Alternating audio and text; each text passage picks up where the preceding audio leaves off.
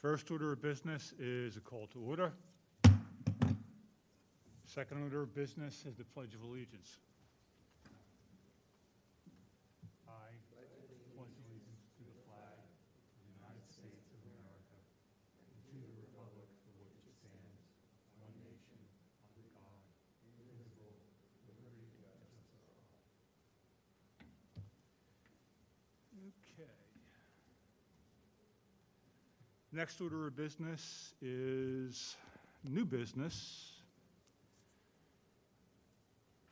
Application for board review, HARB 2023-10, 508 Woodland Court, Wayne, PA. New detached two-bay garage and entry porch. Before we get into the presentation, I would like to bring up some basic background on this property. According to Radnor Township records, they say it is a contributing property. It was built circa 1922 to 1927. The builder was E.E. Trout. According to Radnor Historical Society's Historic Resources Survey, they say it was built circa 1922 to 1927. The builder was E.E. Trout. According to Delaware County property records, they say it was built in 1924. The building area is 2,718 square feet living. The style is colonial. Total square footage, 22,041 square feet. With that being said, please introduce yourself and share your plans with us. Thank you, Bob. Cam Lacey from DCL Architects. I'm going to be representing the Vastines tonight on their project. And thanks for the intro. That was the information that I got as well. Is there a handheld up here? No, they don't do that. They don't have one of those anymore. Okay. Oh.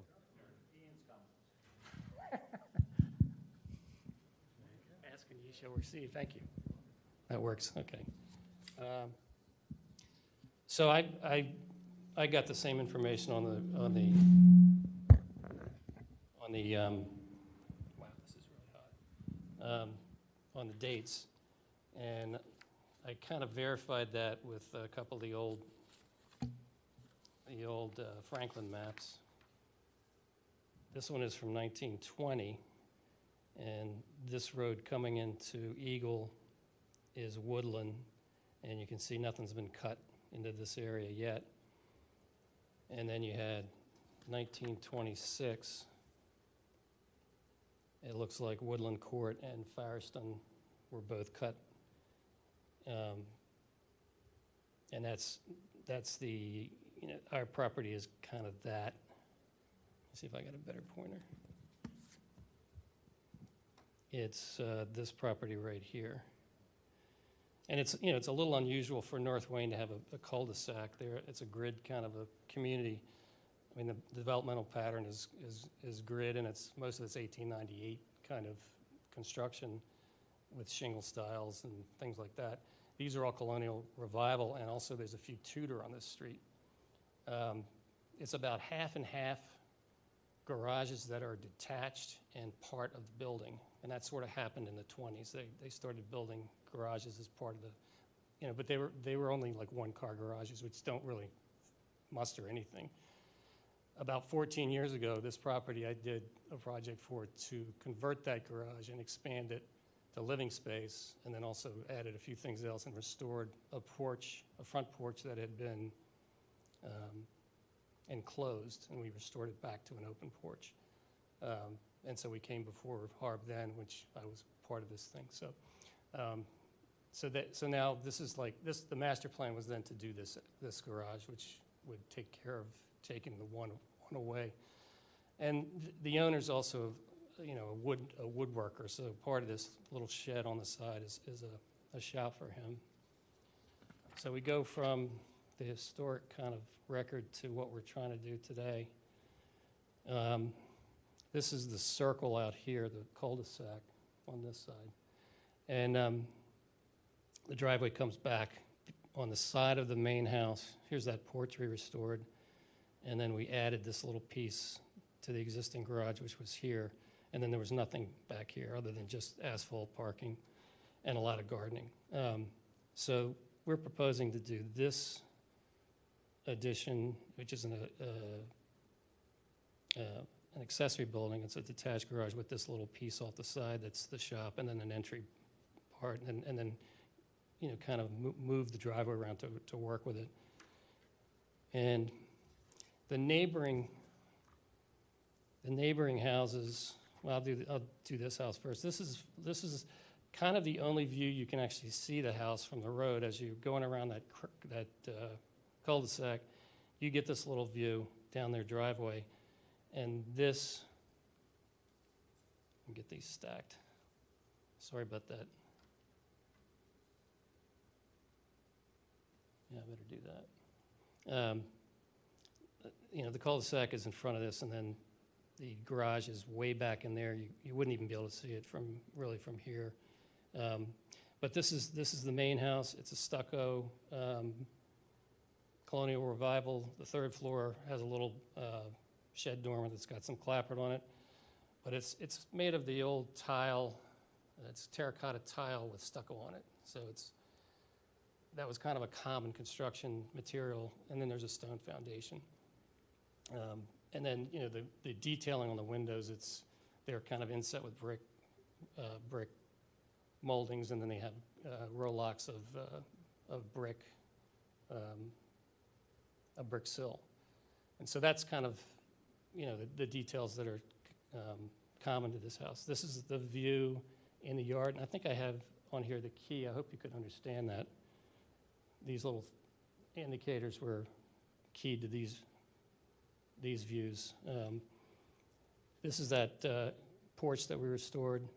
This is the driveway side again, way back in the back. That's where this garage is going to be. And then as you move back further, these cars here are these. So kind of where this green line is where this piece is going to pop in there. Looking the other direction, this is the garage that was converted. That was the one car. So we're kind of standing just in front of the new garage that we're proposing. And then these are the neighbors. This one's downhill. This is a colonial, it's brick, and has a little stucco work. And then this one is kind of stone and stucco across the street. And then uphill, it's a stucco. And this one has like a carport and a detached garage as well. The details we're going to copy in this construction are where we're not doing actually this detail because we're doing actually no, we are. We've got a stucco main body of the garage, which will have this detail with the brick row lock sill. Brackets in the front over the little rooflet that's on the garage. We're going to copy this bracket that's in front of the windows of the old garage, and then you can see the eave details and the soffit details. The stone is kind of small. There's no cap on it. It stands a little proud, and then they have a masonry little shelf that they make. So we'll have the same thing, stone with stucco, and then you can see how these rake on the sheds return and have a little rooflet in there. That'll be a detail on the shed as well. So those things will be copied molding by molding. So from looking down the driveway, this is the view that you would be entering as you come down the drive.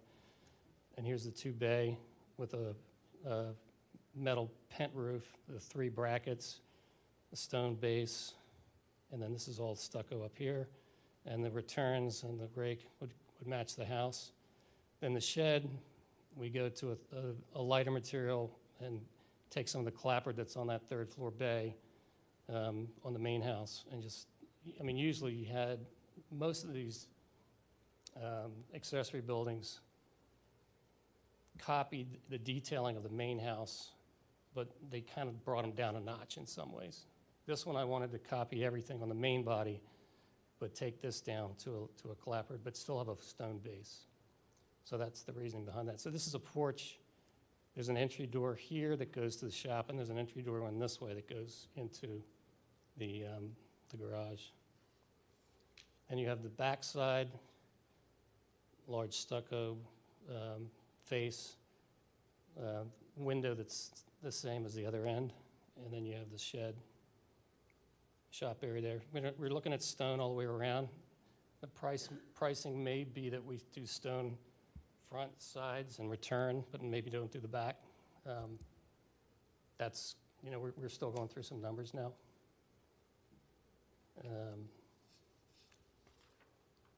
And then this is the downhill side with the shop. Cost may also prohibit us from doing this metal roof here, but I'm going to push for it. At least I want to do this pent, as that being the only thing you might see. And then this is the other angle on the porch. It's an asphalt roof, which would match the main house too. And then this is the uphill side. So you'd have two windows with the brick row lock, stucco stone base, and asphalt. And that's pretty much everything that's going on here. I think the key thing here is I was trying to keep this thing in a scale that wasn't, you know, if you would try to attach this to the house, it would become a predominant thing to the mass of the house.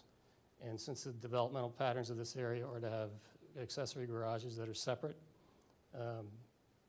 particularly in the older sections of Wayne, North Wayne, I think it works in that respect. And you know, taking the main detailing of the house and putting it into the smaller piece, that's kind of where we are. So really, if you look hard when you're coming around, you might see it, but you're not going to see it very much. So that's kind of it. Yeah, we're right there.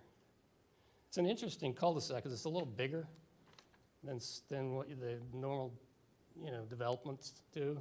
It's got a green space in the middle. And, you know, when they started doing these things, they just wanted to be able to turn around. And then they found out that the fire trucks couldn't turn around, so they made them bigger. And then this one made it even bigger. Usually when you have a cul-de-sac, the lots are pie-shaped, and that frontage becomes really small. So when you make it a bigger pie, or a bigger circle, those frontages get larger. So I think it works better there. Oh, the other thing, this property here on the corner, that was Trout's house when he developed this. I'm not sure if he did Ferriston either. I don't have any information on that. But he built that house for himself and then did all these. So, and I could find nothing on him other than his name. So I don't know what he was all about. But you know, he did some Tudor. He did some colonial revival, and he mixed up some materials. So it wasn't just like he was popping in the same houses. So I think that was, you know, kind of a thing that helped that neighborhood. Did I talk too long? Too much? We'll go back to the front. I don't want to influence anybody here, but Pam was chair of this board. How long? 10 years, I think. Two terms. He knows more than most of us. Well, you know, I think it's interesting to. I mean, I could talk for hours about this whole area. You know, we don't need to do that, but you know, being involved before and during and after the appreciation for, you know, this was a development that was done in 1898. And you think about development today, and you're thinking, oh, I hate these developments. Well, there's the same thing back then. They were cranking out these houses, and I had I've done a lot of work on the older houses, and the framing is horrible. And it's, you know, it worked for 100 years, but it's, you know, it's undersized, and it's everything, you know, every floor in Wayne is doing this, you know, and it's usually a water problem, but it's also a structural thing. It's just over time things start to bend a little bit. So, you know, you can see where they just sort of figured it out in the field a lot of times, because we had to restructure a lot of houses over the years. But, you know, it's been a joy, because these places were at a point in the 70s where they were giving them away, because there was so much work to be done on them, particularly shingle styles where you have clapboard and shingle and all these details, and they became too hard to maintain. And then all of a sudden, there's a new crew of people that came in, and they could afford to do a little bit more, and then the next crew could, you know. And so now you've got a lot of people who really understand what this is all about. And as you get into history, the longer that period of time is, the more you value it. So, you know, when you hit the 100-year mark, everybody starts to kind of perk up. And, you know, it becomes that magic number. So I'm glad to see that there are people who, they moved to this area because the area is great, and it's got the train and all these kinds of amenities. But I think they really get it, with most of them. The ones that I've worked with, they really understand what they're getting. So they're willing to, you know, kind of redo what they have to do to make it right. So, and these guys waited 14 years just to do this, you know, so. Agreed.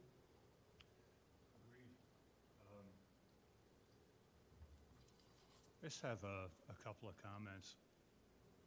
For the garage, we're taking the elements of the main house, the stone, the pitch of the roof, the window design, and type of building materials, with stucco. I'd also like to comment on your design plans formatting. Let me just show.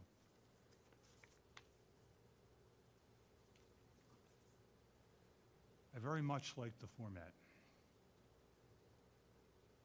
You like the size of it? It's a portable? Easily manageable for viewing. Yeah. And small in size, compact and concise, while hitting all the main points. And also, it's easy on the eyes, because sometimes we get these plans and they're like the size of a national flag. In my opinion, with this project, very well done. Thank you. Well, sitting in your seat, I appreciate not having that big paper going, you know, because we used to, you know, lay them all out, and it was, most of it was, you know, when we were doing it, so. I know I don't have a table big enough to support some of those types of plans, but yeah, it's been a challenge at times. But I do appreciate your format, you know, once more. Okay. I wish more architects would do the same. Well, you don't need much to, you know, kind of get this one across anyhow. Some of them require a little more, but I think this, I like it when I can get it all one size. So. So I'd like to make a motion for a certificate of occupancy. Second. Okay, certificate of appropriateness? A certificate of appropriateness, sorry. Still second. No problem. I mean, you can occupy it too. We have a second? We'll get to And we that. have a second and a third and a fourth and everything. I mean, you're all set. Okay, we have a motion for certificate of appropriateness. The motion was seconded. All those in favor say aye. Aye. I also say aye. The motion carries. The board recommends a certificate of appropriateness. Thank you, Cam, once more for presenting to us today. Thank you. Thanks. When are you Good to see you all. What's that? When are you coming back? I don't think I'm allowed to. I've been out for a while. I was here for a while, and I don't live in the area anymore, so I think that kind of is a problem. I don't know. That can change. Just turn off, that turns it off, okay. Okay, with that being said, do we have a motion to adjourn? motion to adjourn. Okay, before we adjourn, I would like to mention that the next HARB meeting is scheduled for September 6th, 2023 at 6:30 PM. Applications for the September 6th meeting must be submitted on or before August 22nd, 2023. Thank you, everyone, for joining us this evening, and have a great evening.